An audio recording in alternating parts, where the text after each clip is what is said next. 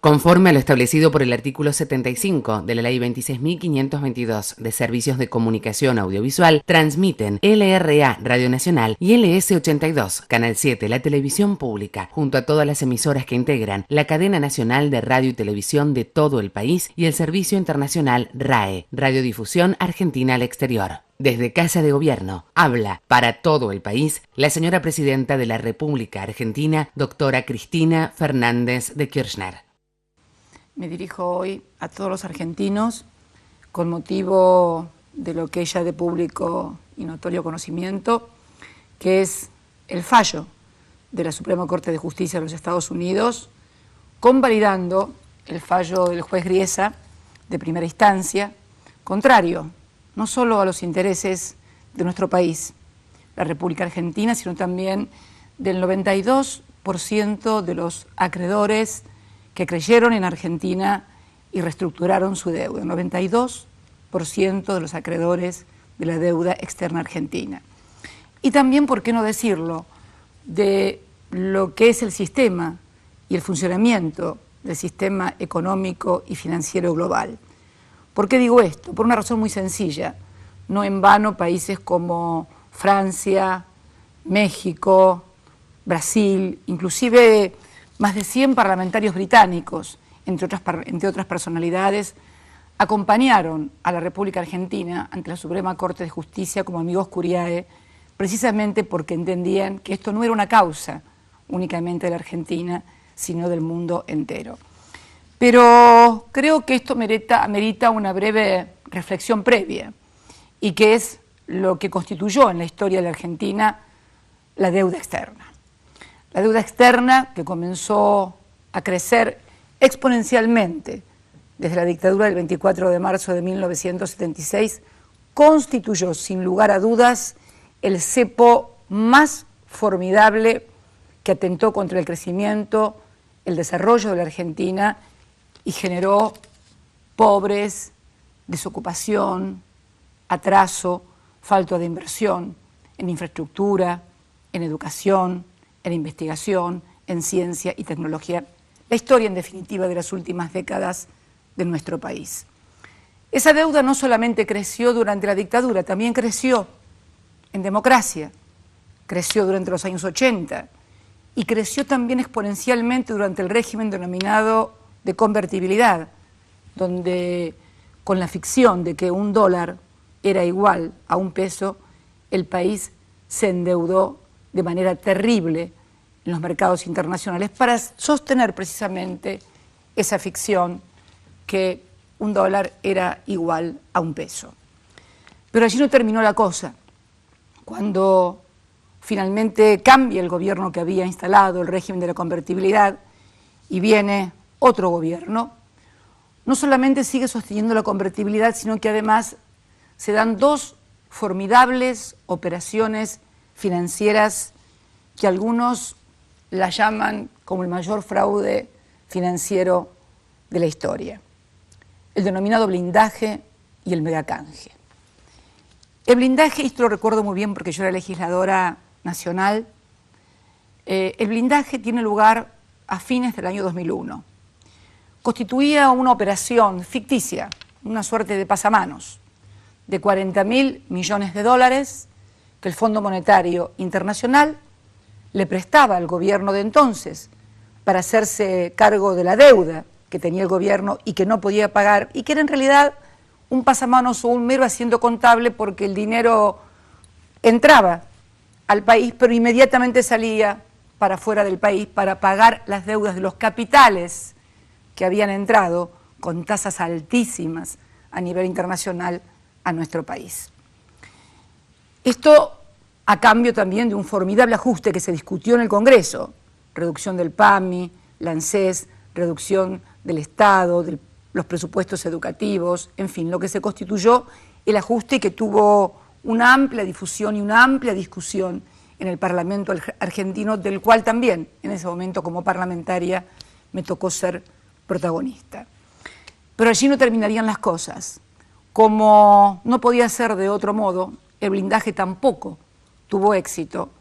Y entonces sobrevino lo que constituyó el último acto de la gran tragedia de la deuda argentina, el megacanje. El megacanje fue una idea, su autor intelectual fue un ex secretario del Tesoro de los Estados Unidos de Norteamérica, David Mulford, en ese entonces el CEO del Credit Suisse, del Banco de Crédito Suizo, que le propuso al entonces ministro de Economía y al entonces presidente canjear 46 bonos de deuda existentes a ese momento por 5 bonos de deuda. La operación, que intervinieron 7 bancos y también las AFJP, generó comisiones, esto es, pago por la intermediación de canjear bonos de 150 millones de dólares, de los cuales 20 millones fueron a parar a manos de David Mulford. Y el resto a los bancos y a las AFJP que habían intervenido. Lo interesante, además de los 150 millones de dólares de comisión, es que los bancos que habían intervenido en esa operación y las AFJP pusieron, y digo pusieron entre comillas, 27.000 millones de dólares, pero en realidad solamente fueron 7.000, porque 20.000 ya los tenían en sus carteras. Quiere decir que se cobraron comisiones asimismo de lo que ellos ya tenían. Esto que originó una formidable causa penal con pericias contables, prescribió. ¿Qué significa que prescribió? Que el paso del tiempo y la inactividad de jueces, camaristas y fiscales llevó este último 6 de junio que pasó a que David Mulford, al que nunca se pudo interrogar ni indagar, ni sé tampoco si alguien pidió que viniera al país o se insistió demasiado en que viniera al país, fuera sobreseído, y también otras personas que intervinieron en esa operación.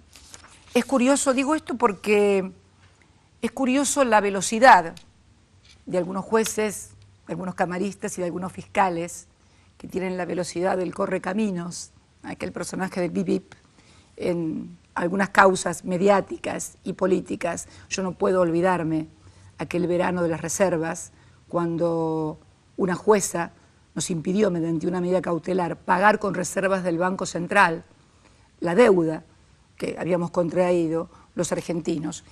Y no puedo dejar de cotejar esa velocidad y esas distintas velocidades con esta inacción durante años por parte de fiscales, de jueces y de camaristas que permitieron prescribir una causa que le ocasionó al país un perjuicio de 55.000 millones de dólares. Es notable también la diferencia de cómo actúa una justicia como es la de Estados Unidos en defensa de apenas 1% de los acreedores buitres de la Argentina, y voy a explicar por qué lo de buitres, y cómo actúa la justicia, o por lo menos algunos jueces, algunos fiscales, algunos camaristas argentinos. Digo esto porque es necesario aclarar las cosas y llamarlas a todas por su nombre. Lo cierto es que culmina esta operación del megacanje y la deuda externa argentina ya rondaba el 160% del Producto Bruto Interno, tornándose en algo realmente impagable. La desocupación había llegado a 2 dígitos, casi al 25%, la pobreza al 54%, la indigencia al 30%, y se dispara, como no podía ser de otra manera, el default. El default que se dispara en el año 2001 y que es el default de deuda soberana más grande del que se tenga memoria. Default que se fue acumulando, como dije, reiterando, deuda contraída durante la dictadura militar, durante la democracia, convertibilidad, blindaje y megacanje. Año 2003, 25 de mayo, asume como presidente de todos los argentinos con apenas el 22% de los votos el presidente Néstor Carlos Kirchner, quien se aboca precisamente a la tarea de renegociar la deuda de los argentinos porque sabíamos que era un cepo insalvable. Comienza una renegociación, una negociación ardua, que finalmente culmina una primera parte en el año 2005 con una adhesión de casi el 76% de los acreedores, con una quita muy importante, y se cumple lo que él había dicho: permítannos crecer para poder pagar, porque los muertos no pagan. Y la Argentina, sin acceso al mercado de capitales, por primera vez comienza a eliminar la bicicleta financiera y comienza a pagar su deuda con recursos genuinos, con recursos propios, con recursos productos de su crecimiento y desarrollo económico. Paralelamente al pago de esa deuda, se generaban millones de puestos de trabajo, se incorporaban jubilados al sistema previsional, se comenzaban a aumentar las jubilaciones, volvían las convenciones colectivas de trabajo, se abrían fábricas, parques industriales. Fue un pago de deuda con crecimiento e inclusión social. Luego me tocó asumir a mí como presidenta de todos los argentinos, y en el año 2010 también se produce el segundo canje de bonos, llegando al 92% de adhesión. 92% de adhesión. Téngase en cuenta una cosa: en la mayoría de los países, la legislación interna de un país, en el nuestro también, cuando hay una quiebra de una empresa, un default sería la quiebra de un país, basta con que el 66% de los acreedores esté de acuerdo con lo que propone el deudor pagar para que esa quiebra pueda ser levantada y el deudor pueda comenzar a pagar. Este es el porcentaje que normalmente se exige en todos lados, inclusive también en el propio Estados Unidos. Pero carecemos a nivel internacional de una norma global que establezca normas en caso de default o de países que quiebren. También, durante la gestión del presidente Kirchner, se pagan y se desendeuda del Fondo Monetario Internacional con recursos propios. Por primera vez en la historia, desde que Argentina adhirió en 1957 al Fondo Monetario Internacional, este deja de conducir los destinos de la economía y de los argentinos. En base a todas estas cosas podemos explicar las cosas que han pasado también en nuestro país en los últimos años. Ahora bien, una parte de quienes tenían estos bonos, mejor dicho, una parte que compró bonos después de que la Argentina defaulteó, porque había gente que tenía bonos de antes que la Argentina defaulteara sus bonos. Y había gente que se especializa en el mundo a comprar ¿qué? A comprar bonos de países que ya entraron en default. Son bonos que prácticamente se los denomina bonos basura. ¿Por qué? Porque no valen nada en el mercado. Son bonos que de un valor nominal de 100 se pueden comprar por 30, si vale $1, se pueden comprar por 30 centavos de dólar, por 40 centavos de dólar, porque son bonos basura. ¿Quién va a comprar bonos de un país que ha defaulteado su deuda y que no la está pagando? Solamente alguien que va a especular y que tiene todo el tiempo del mundo para especular que ese país se recupere y luego caer sobre ese país. Este es el caso que hoy se está tratando y que fue el caso que la Corte de Estados Unidos rechazó y que el caso que Griesa sí aceptó y convalidó. Es el del fondo NMLH, que es muy importante señalar esto. Tiene fondos que adquirió en el año, yo voy a mostrar un cartón si la cámara me acompaña, por favor. Son bonos que adquirió en el año 2008 por 48,7 millones, 48 millones de dólares. Año 2008, acuérdense que habíamos defaulteado la deuda en el año 2001. El retorno agregado al año 2014, o sea, ¿cuánto ganó de esos 48 millones al 2014? El 1.608% en dólares.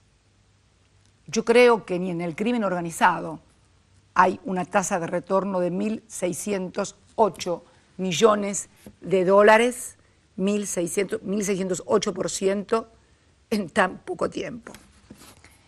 Esto termina en el año 2014, donde la justicia de Estados Unidos reconoce a NML 832 millones de dólares. Creo que ahí se pueden ver claramente. Bien.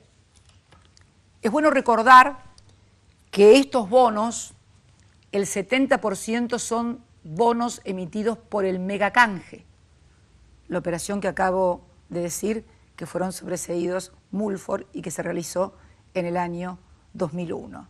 Y el otro 30% son bonos emitidos durante la convertibilidad. Ahora bien, ¿cuál es el reclamo de los fondos buitres? El fondo NML, que representa el 52%, es de 428 capital original, y lo que el juez Griesa ordena pagar cash, efectivo, uno arriba del otro, para decirlo en criollo, son 1.500 millones de dólares. Recordemos, compraron esos bonos por 48,7 millones de dólares. Hoy el juez Griesa ordena pagarles 1.500 millones de dólares. Todos juntos, sin plazo, ya, ahora, cash. Frente al 92% de los otros bonistas también acreedores que aceptaron quitas, plazos, espera y a quienes les hemos pagado regularmente. Ahora bien, hay algunos que dicen, ¿y por qué no pagarle estos 1.500 millones de dólares y terminar todo ya? Y porque hay otro problema bastante más grave, que representa el 1% de los que no entraron al default. Hay otro 7% que de aceptarse este criterio de pagarle a NML los 1.500 millones de dólares, estarían en condiciones de pagar o de cobrarle a la Argentina 15.000 ya y ahora 15.000 millones de dólares. O sea, se entiende, vuelvo a repetir, estarían en condiciones de exigirle pagar ya a la Argentina 15.000 millones de dólares. Esto es más de la mitad de la totalidad de las reservas del Banco Central.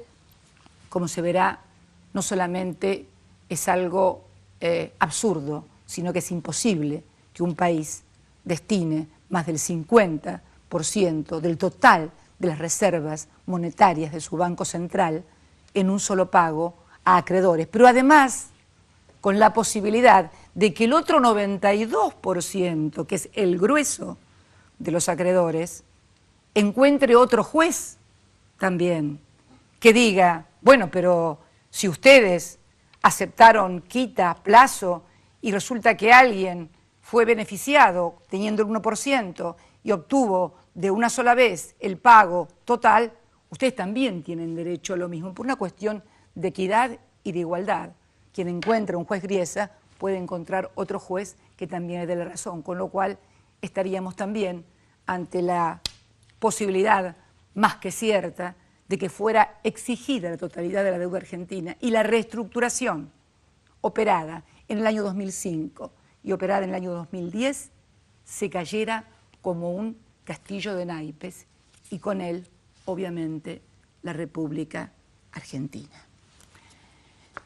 Creo que la voluntad de negociación de la Argentina está más que demostrada.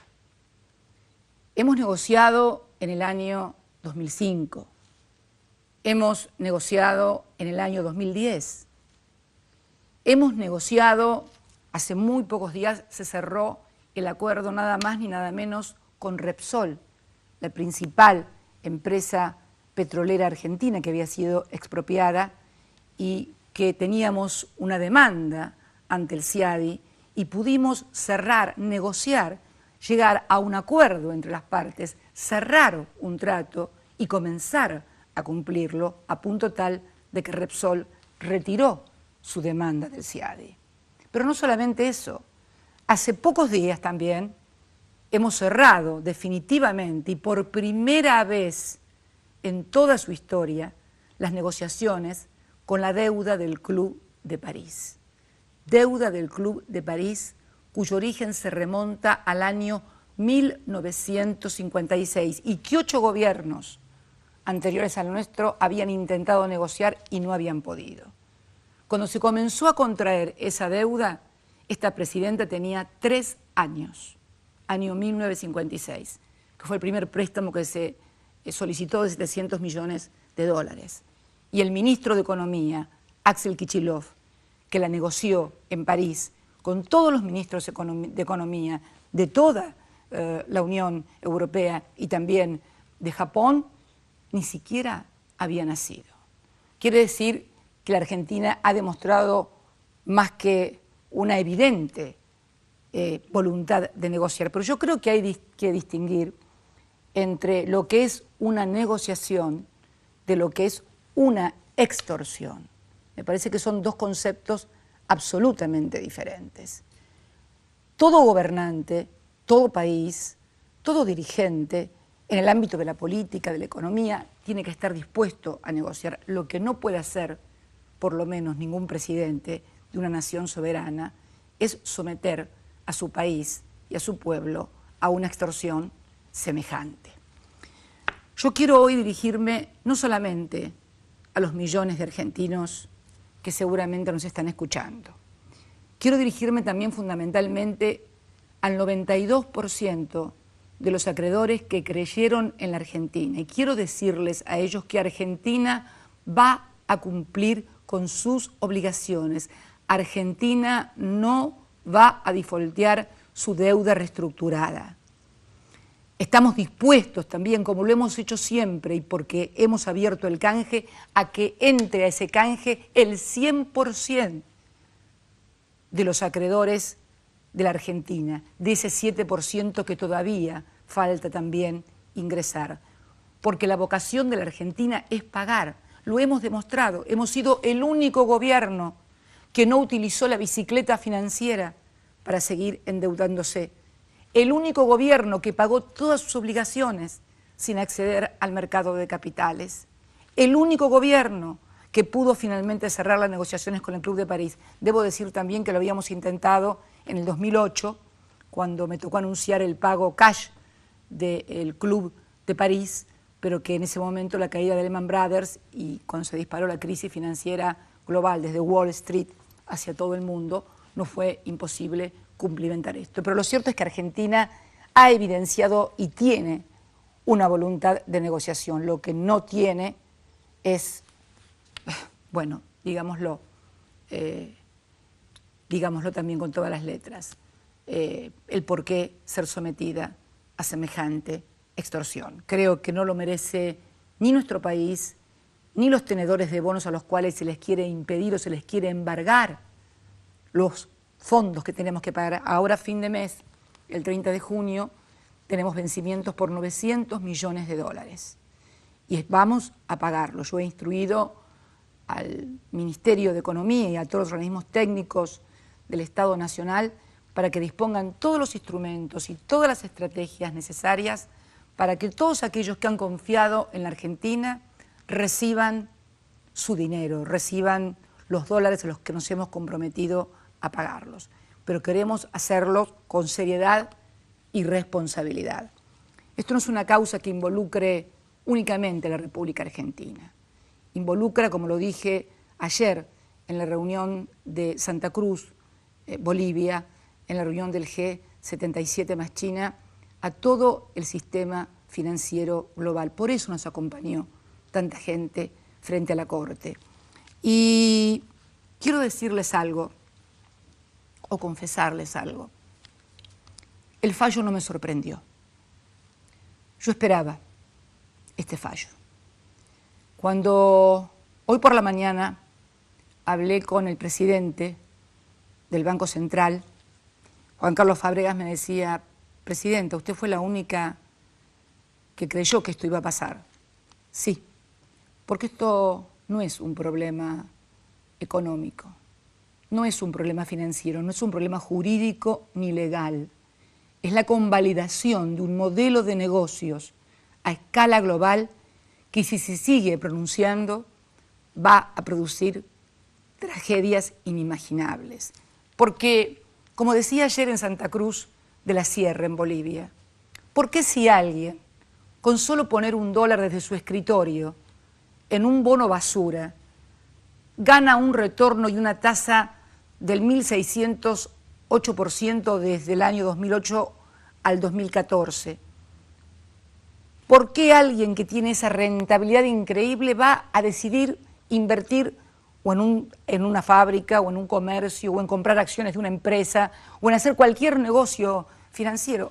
Está claro que se está convalidando una forma de dominación mundial financiera, de derivados, para arrodillar a los pueblos, y donde ya ni siquiera es necesario explotar a nadie, sino que simplemente con la exclusión alcanza y sobra. Basta que haya gobiernos dispuestos a hacer megacanjes, a que haya gobiernos dispuestos a hacer blindajes, a que haya gobiernos dispuestos a negociar comisiones para que este negocio siga prosperando con la sangre, con el hambre, con la exclusión de millones de jóvenes a lo largo y a lo ancho del mundo que carecen de trabajo y de educación.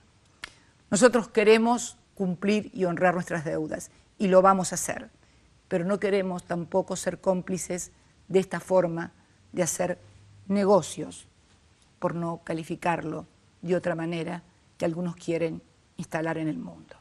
Por eso quería dirigirme a todos mis compatriotas con la tranquilidad de que sabía lo que iba a pasar. No estoy ni siquiera enojada, estoy muy preocupada porque la vida no empieza cuando uno llega al gobierno o cuando uno se va. La vida de mis hijos, de mis nietos, la vida del planeta, de los distintos pueblos, cada vez se ve más agravada y peor. Ayer lo comentábamos con muchísimos gobernantes en este grupo que nos reunió en Bolivia. Y por eso creo que es obligación de todos los que tenemos responsabilidades de gobiernos hacernos cargo de nuestras obligaciones. Entre nuestras obligaciones está, entre otras cosas, la de pagar a nuestros acreedores, pero también está en la de no permitir ser extorsionados por aquellos que han especulado y lucrado con la miseria e inclusive quieren perjudicar a un 92% de acreedores que sí confiaron en la Argentina. Espero que todos reflexionen y podamos no solamente honrar, como lo vamos a hacer, al 92%, sino al 100%. Muchas gracias y muy buenas noches a todos los argentinos y a todas las argentinas. Conforme a lo establecido por el artículo 75 de la Ley 26.522 de Servicios de Comunicación Audiovisual, transmitieron hasta aquí LRA Radio Nacional y LS82, Canal 7, la televisión pública, junto a todas las emisoras que integran la cadena nacional de radio y televisión de todo el país y el servicio internacional RAE, Radiodifusión Argentina al Exterior. Luego del mensaje enviado por la señora Presidenta de la Nación al pueblo argentino, las emisoras participantes continúan con sus respectivos programas.